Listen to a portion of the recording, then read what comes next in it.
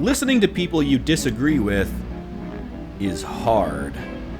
I always thought that when the time came, determining who was right and who was the spawn of Satan sent to feast on your soul would be an easy choice, especially in politics, where everyone wants your soul. But the blood-sucking nature of politicians aside, all I ever really wanted to do was just work, take care of my crew, and spend the rest of the time with a drink in my hand. Lo and behold, most other people want the same. After inheriting my father's business, I thought that would be easy, but if the remaining however many minutes left in this video are to be believed, clearly it is not. So if the barkeep can get around to moving me at some point, I will tell you the story of how I came to New Memphis, all in hopes of avoiding politics. Who gave this guy permission to give orders? Hello, friends. I am so glad that you could be here today. As my little friend Remington said, we all hate politics, especially when every single decision we have in politics feels like the wrong one, but it's something that all of us are going through, so I hope that this video helps you feel a little less alone in that, friend. It's a pretty terrible mutual experience we're all having at the same time. So have a seat and pour yourself a drink and enjoy a story time from the world of New Memphis.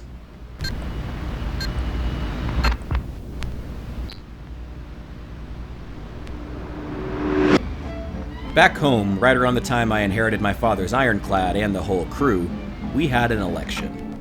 Now that may not seem like a big deal, but when you can't open your door without hearing canvassers shouting how you are, in fact, the actual spawn of Satan for not voting for the same candidate they did, it makes you want to lock the door, hide away until the whole thing was over. But I wanted to be brave, so my brother Roy and I got on our ironclad, the Belle of Memphis, locked the door, and sailed far, far away to a new land, the Third Colony, where they were having an election. But at least it was a small one, I guess, and we're not quite there yet. Now, the Third Colony is known for being a rough place. Roy and I sailed through the Grand River, up the Ruffagee Strait, and past a stretch of land known as the Muskeg of Wandering Limbs. It's a bitter place. On both sides of the strait, there was nothing but tall grass, swampland, and ugly, perpetually decaying wormwood trees. The landscape was dotted with unearthed tunnels and foundations, ruins of cities or entire civilizations come and gone. We parked the boat beneath the tall towers of Magnus Brae, the capital city of the Third Colony. 40-meter towers cast a shadow over us, as did the 20-meter wall that surrounded the city. Masons climbed the walls all day and night, adding brick after brick to make them even taller. All 60 crew members disembarked, and soldiers appeared to us from a nearby tunnel. They had the white trousers and big handlebar mustaches you would expect from soldiers of Magnus Brae. And of course their air of superiority. Luckily for us, we had plenty to trade and cash in our pockets. The Belle was stocked with furs, whale oil, fine furniture, everything a budding empire needs. And the first things I asked for in exchange were more coal for the engines and a few nights in real beds for the crew to sleep in. Beds that didn't rock back and forth like the open ocean. A loyal crew is always worth investing in, and we had plenty to trade, so they brought us down into the tunnel nearby. And you know, now that I think about it, we never once considered how we were to get back out again.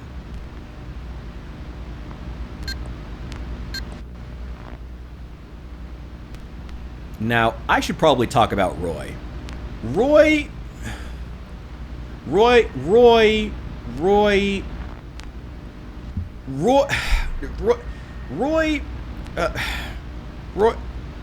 needed help.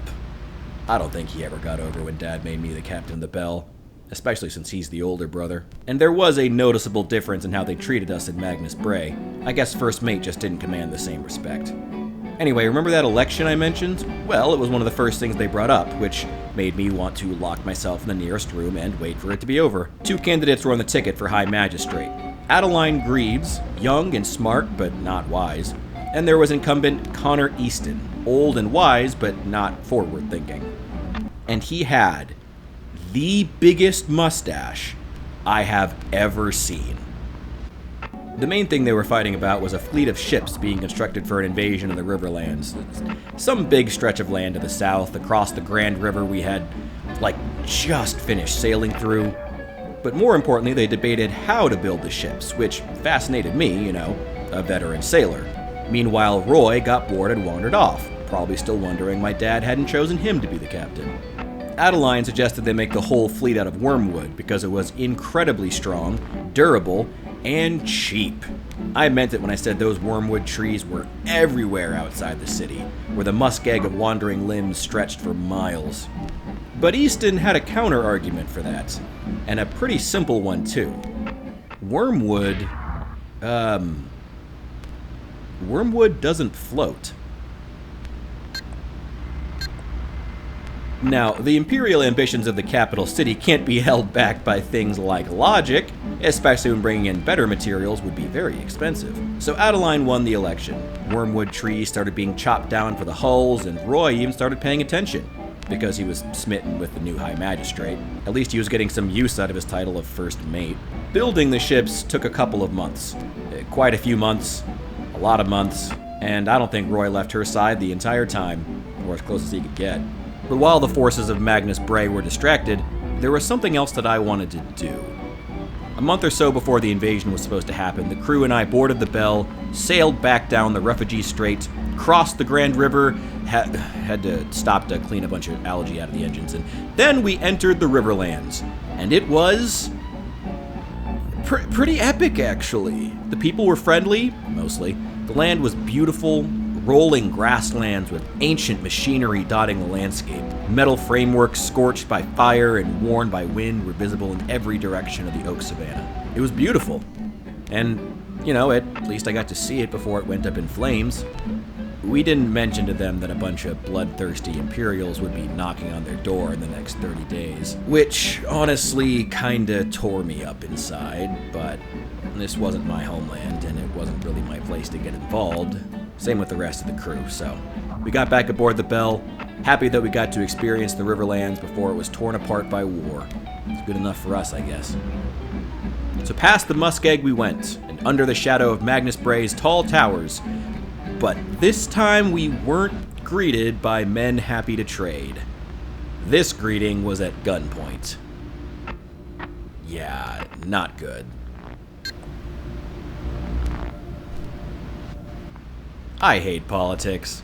Luckily, I was now behind a locked door. Jail bars, to be exact. Roy visited me once. The ships were completed and ready for their invasion, so Adeline was kept busy.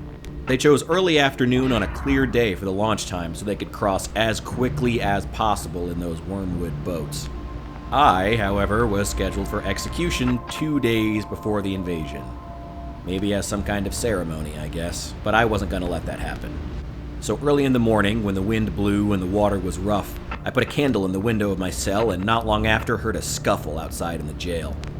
My boys had come to save me, because a loyal crew is always worth investing in.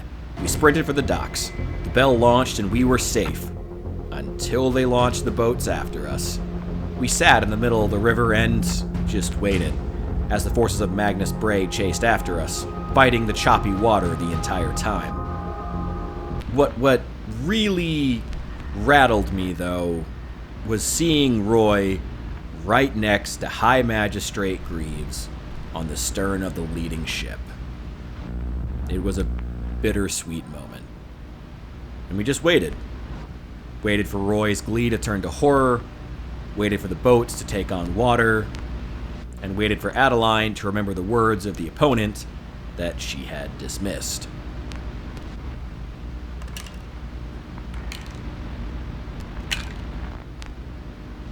Wormwood doesn't float.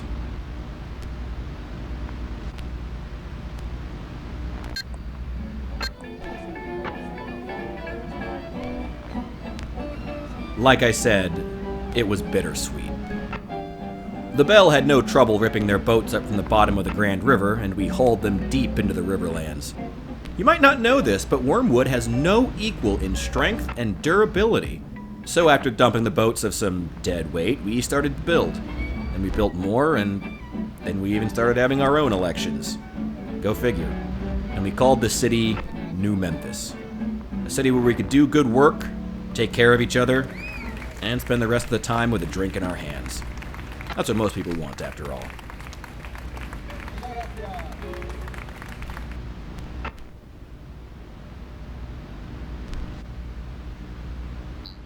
I feel like a lot of people approach politics the wrong way.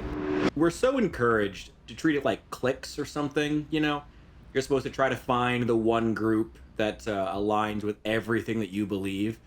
But that you're never going to find that, especially when the entire political system is divided into exactly two parties. No choice between two people is going to cover everything that you want. We are encouraged to try to find a political leader we can throw ourselves behind, or a political party, or a particular system, or a particular set of values that are grouped together for one reason or another. The truth is, I think that the smartest people are the ones who take the best aspects of everything, as well as observing what doesn't work in everything, and are willing to adapt and change and try to find new things and new ways to approach problems, as well as just being invested in solving problems in the first place. Even if a political leader doesn't necessarily agree with what you think is right, if you're voting someone into office that listens to people, that want to do right by people who are voting for them, that at least leaves open, the chance to change their mind. Whereas if you vote for someone who won't change their path ever, who will barrel forward no matter what, that's the problem with the free speech section. I'm going to go off the rails, and I'm going to be everywhere and nowhere. So I guess I got to sum that up.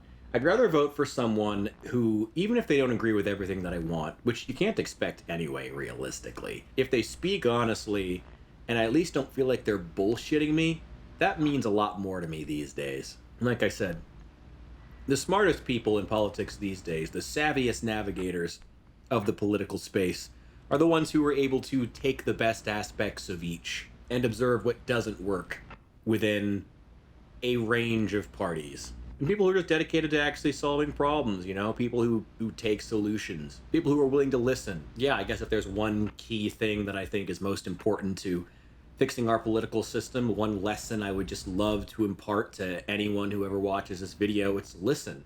Listen. Listen to people when they talk and believe them.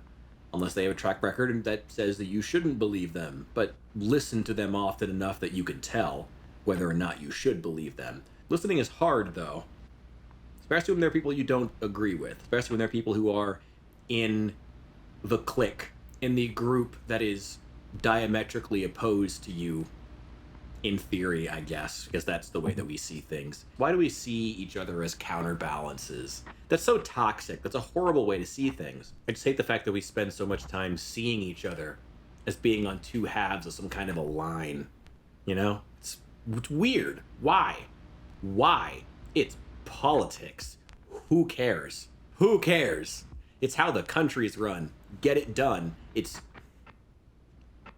There are so many decisions that wouldn't even be that hard if we were willing to actually tackle them. Honestly, I think the reason we defaulted to fighting each other constantly is because it's easier than actually solving the problems. I really, really do think that that's where we are right now. We'd rather fight because fighting is easier than solving problems.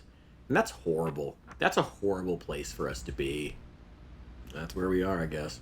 But who knows how long it'll take for us to dig ourselves out of that hole because, listening to people you disagree with is hard, but it's worth doing because the best and savviest political navigators take the best from every party, whether they agree with them or not, find what works and find what doesn't work, and try to come up with real solutions to problems. Try to really fix where we are right now. Yeah, I think that's probably about as full circle as my thoughts ever come.